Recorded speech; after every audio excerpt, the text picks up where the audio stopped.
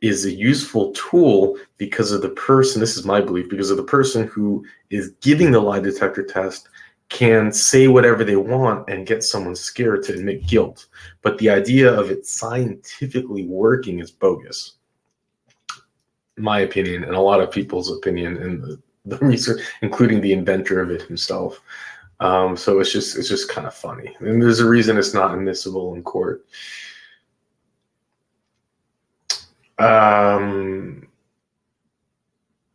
Yeah, this to me was a pretty funny case, but the victim was terrified of her.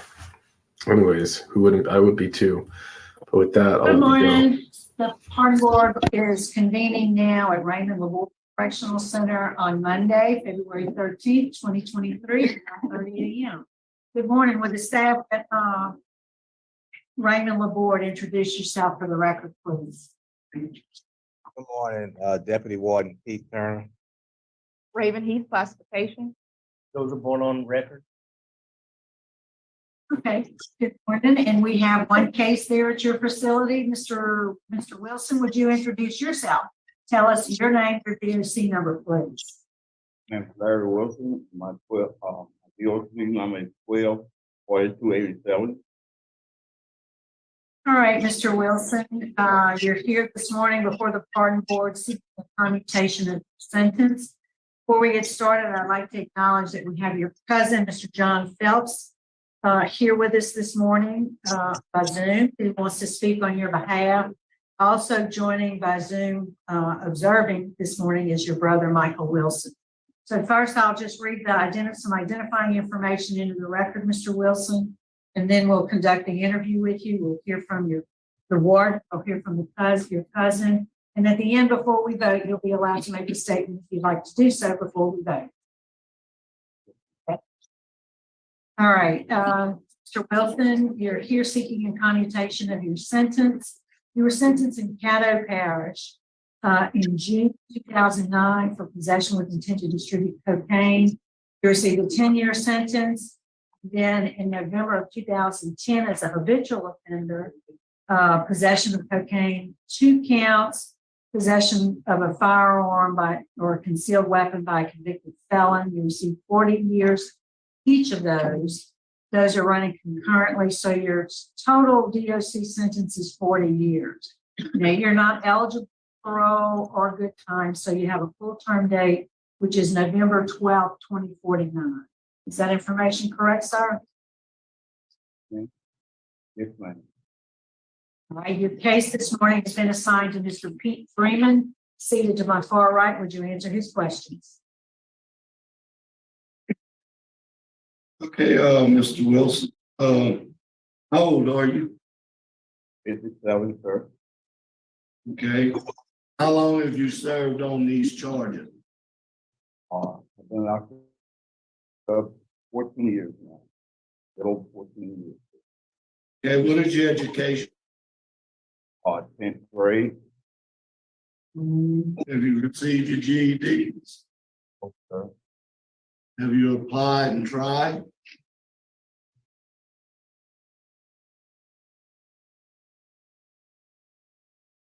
Have you tried to get your GED? Oh, sir. And Why not? Sir, only thing I've been doing is working and going to church and trying to keep myself together. And I still have Cries to get my GED, but like I said, I've been working on the same job now. I've been going to work, coming back, going to church. I was going to NAAA. I got 4 certificates from there, and I went to the Navigators Bible training. I got a certificate from there.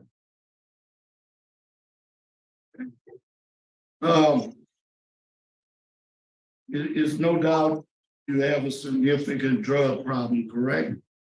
Yes, sir. How old were you when you started using drugs?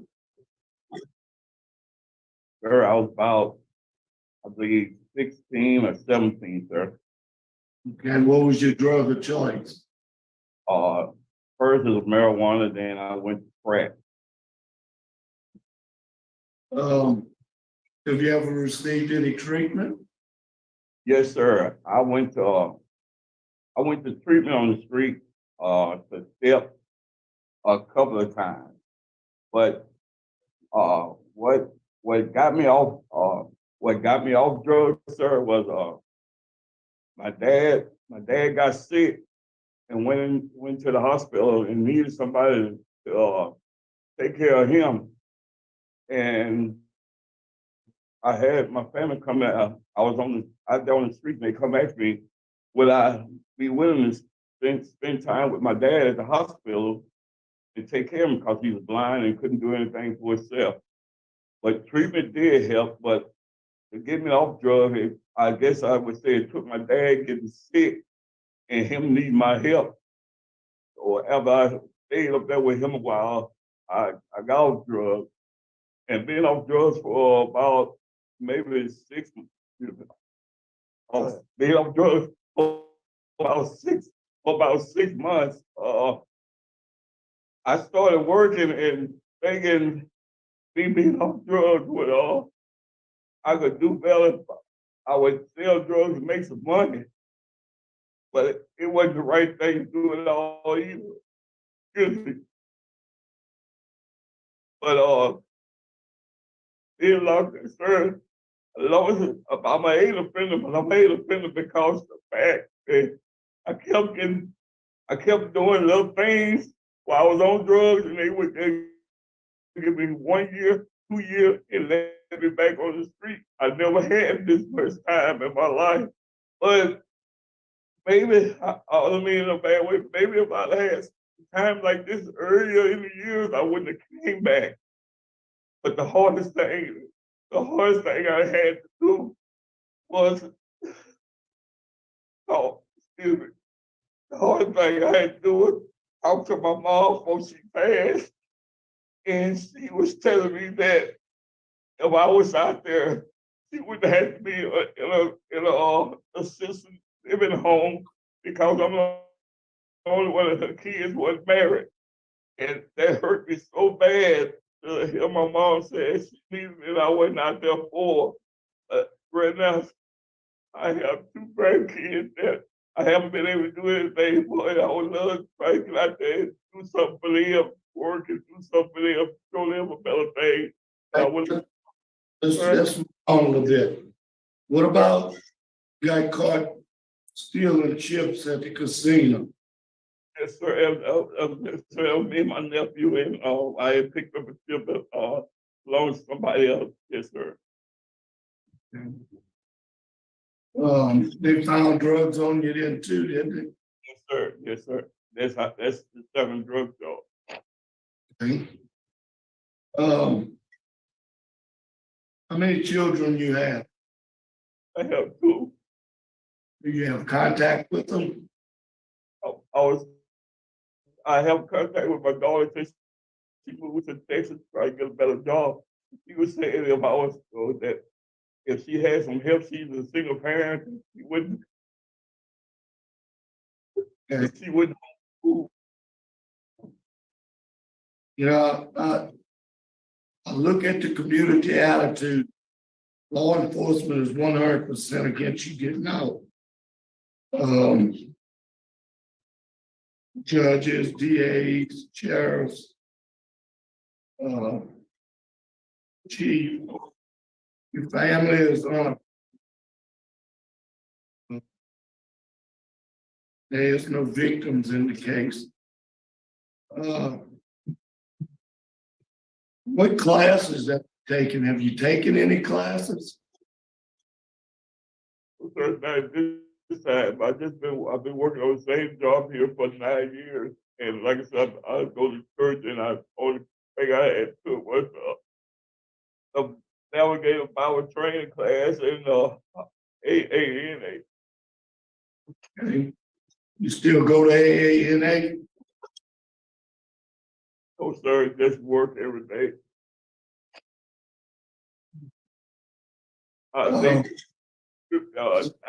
They did put back on there after they had the COVID lockdown here. Having COVID lockdown, and they stopped all the classes, so I didn't ever get put back on the list. Yes, you have a high risk, you're medium custody. You've had one DB report, which is good. Good institutional record. Says you're a Strive member, are you still a Strive member?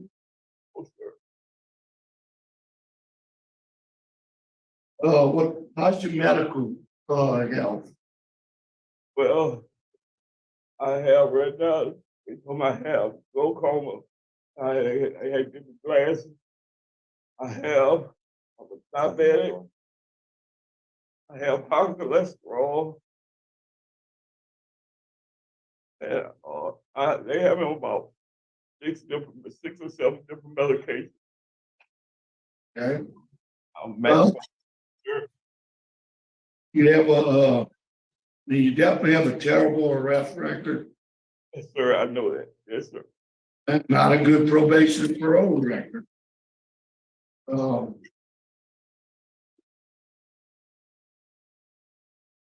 and what you think has changed? But like I said, sir, at first by me not doing a whole bunch of time, just doing a year here, a year there, and a few times I didn't mind going to jail because I wanted to get off the street and get off drugs. And that's the sad thing to say. But a few times I didn't mind going to jail to get off drugs because the way I was living and I was hurting my family a whole lot. And I really got tired of that, so I didn't mind going, being locked up. But I them kept, every time I go, I would get 1 year, get a year and a half, 2 years, and be back out. It just didn't register, doing, how hard it was. But by me getting this 40-year sentence and doing 15 years, it may have been the hardest thing in my life. And like I said, only time I have ever held my grandkids is at a funeral. Okay. I have no further questions, Madam Chairman. Thank you. Mrs. Jackson has questions. Mr. Wilson. Okay, I'm gonna ask you to take a minute and try to compose yourself, and get yourself together. You can't answer any questions if you're overly. So I want you to kind of take a deep breath.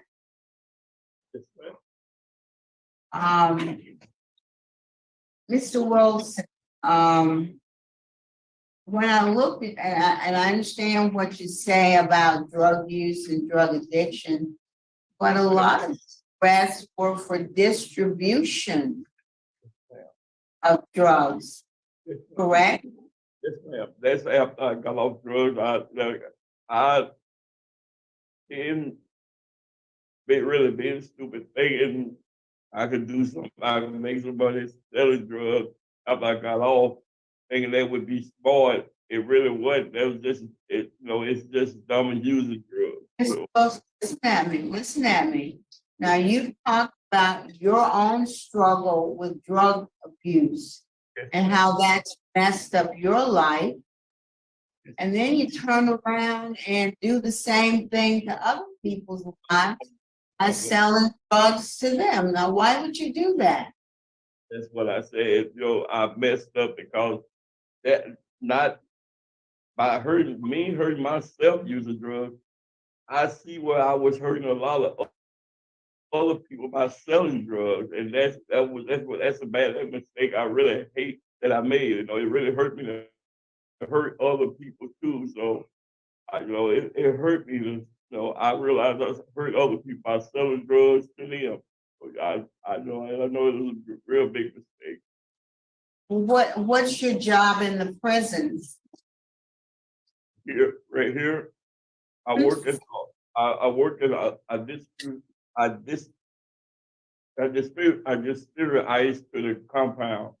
I work Okay, at you deliver ice to the compound. take care of ice machines and deliver ice to the compound. How long have you had that job? Going on down here. 9 years? Okay. You think that job was more important than you getting some programs that would help you not go back to that lifestyle because you haven't taken very many programs at all. And you say it's because you were working, but you could have chosen, instead of doing that job, you could have chosen to take some programs that would help you for today's hearing, but more importantly, to help you go forward.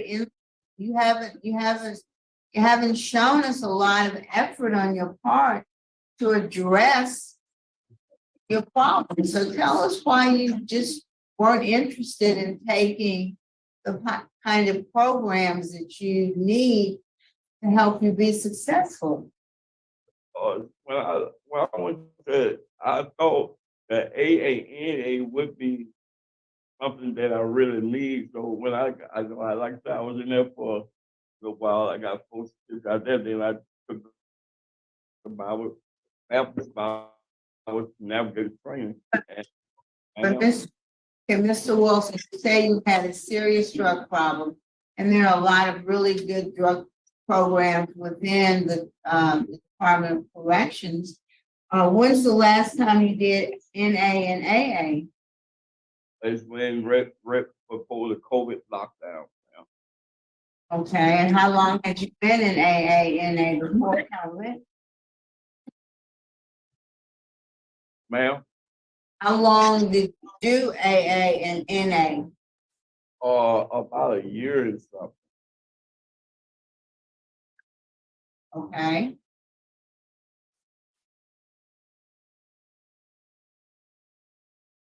Warden, is there anything you can tell us about Mr. Wilson? And the only thing I can say is, probably, what his record reflect. Yeah, the disciplinary record, he's only had that one write-up since we've had him. He's been in the same job for the past 9 years, so that kind of shows that he will keep a job if given an opportunity. He was a Strive member, but he lost that due to his lack of programming. The only concern that I'll have with him is like everyone else, that he hasn't taken the opportunity to take advantage of any of the programming that we have to offer. So I explained that to him when I met with him, and I kind of think guys on the board see the same thing. Thank you, Warren. I appreciate your input. That's all I have, Mr. Johnson. Mr. Wilson, we'd like to hear from Mr. John Phelps, your cousin. Mr. Phelps.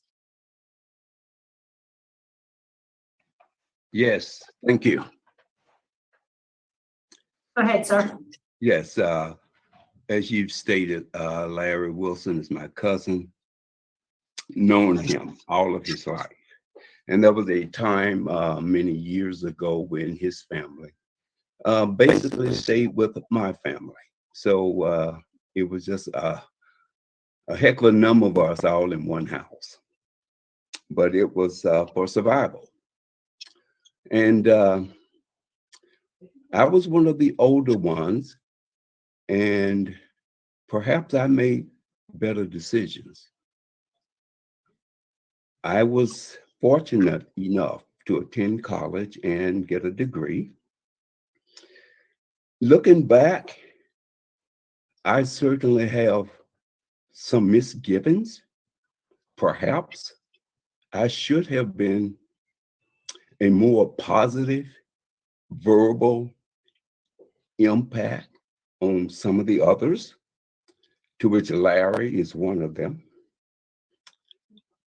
Perhaps I could have done better to be a better example, perhaps. But what I will tell you is, but for the grace of God, perhaps I would have made wrong decisions and wrong turns. And I have been one that I try to live with the philosophy that we are where we are in life because of the decisions that we make. Far too often, we don't make good decisions. Sometimes we fall. The measure of a person is not whether or not you fall or get knocked down, but it's whether or not you get up and move forward, to have the courage to continue to get up and to move forward. I will tell you that Larry Wilson is a good person. You guys know far better than I the full extent of whatever criminal activities that he has been a part of in his lifetime. And I am sure he would love a do-over. I know he would. Who wouldn't want a do-over? Regardless of whatever success we may have in life, we still may want to do over because we want to do better. The last time I saw Larry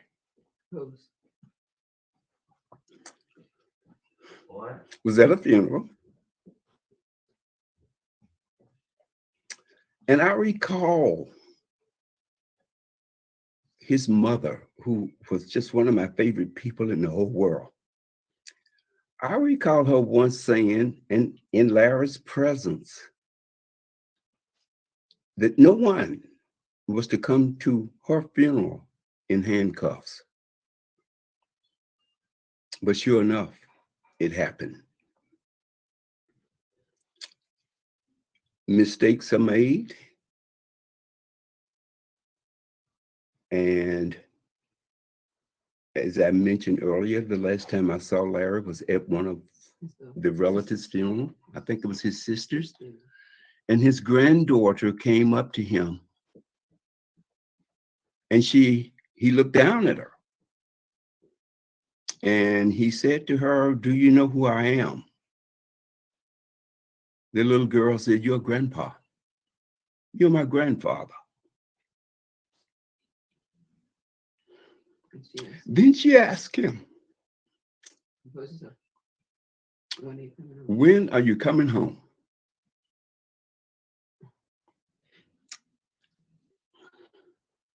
At that juncture, we both cried. And I looked at Larry and he said to me, "Gosh, you're looking more and more like my dad." And then he said, "Everybody's dying. Everybody is dying. The family has been diminished greatly. I would love for the board to extend some leniency, sympathy, mercy, justice, and please find a way that you guys can look into this man and know that in spite of his past, in spite of being given other opportunities, just one more time, you know, when Sir, Jesus, Mr. Phelps, can you wrap it up for us, sir? yes, and thank you. I just, again, please take these things into consideration.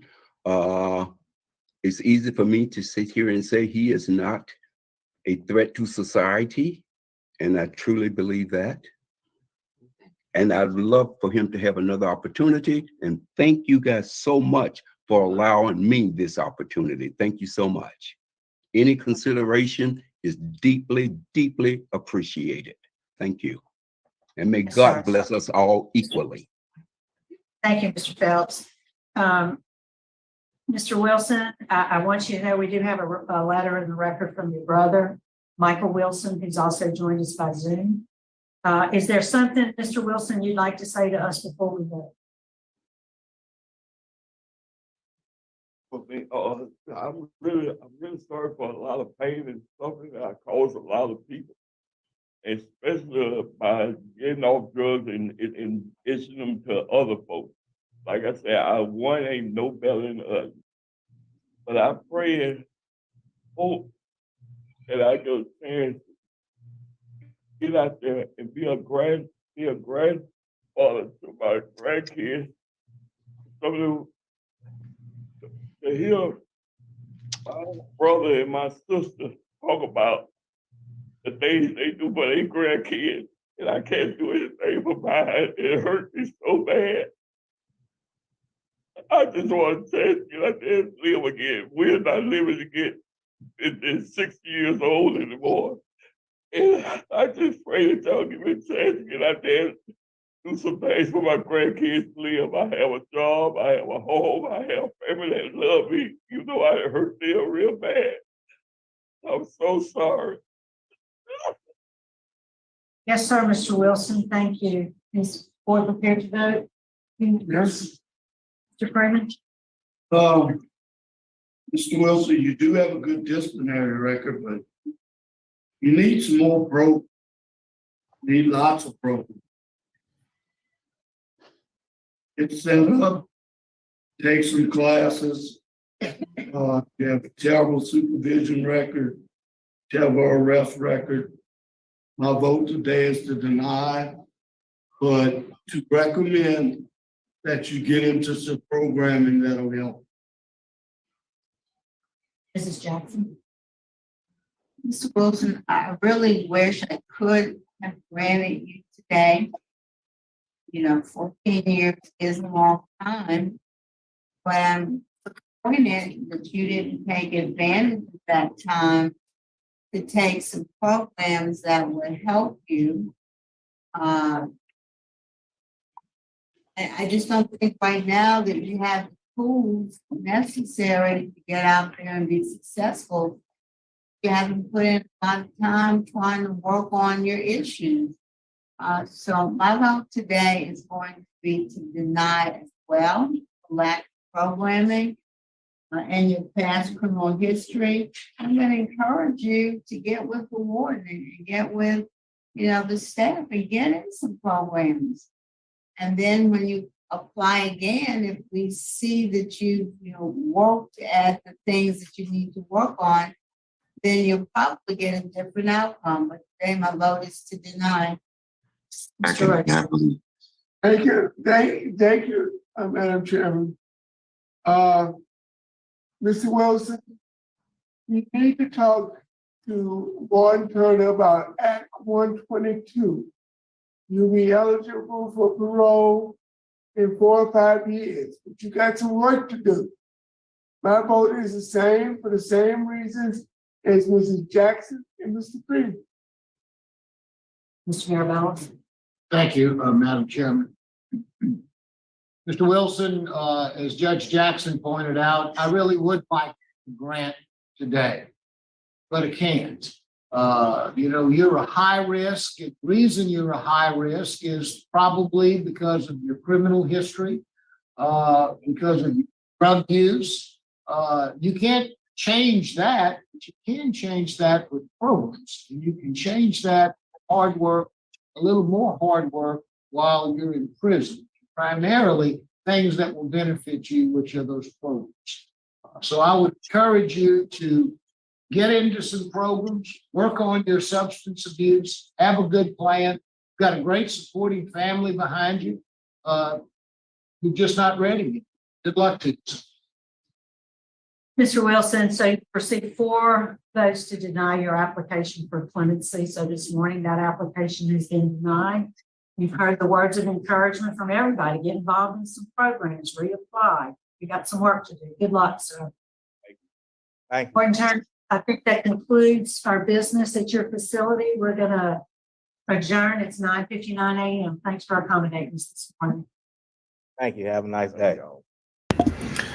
I do feel bad, but really, this, as they said, the ball's in his court to take courses, and he didn't. I don't know why. If I missed why he didn't, we haven't had someone cry like that. I don't think in any hearings. We've done more than 250 now. I don't think we've ever seen that.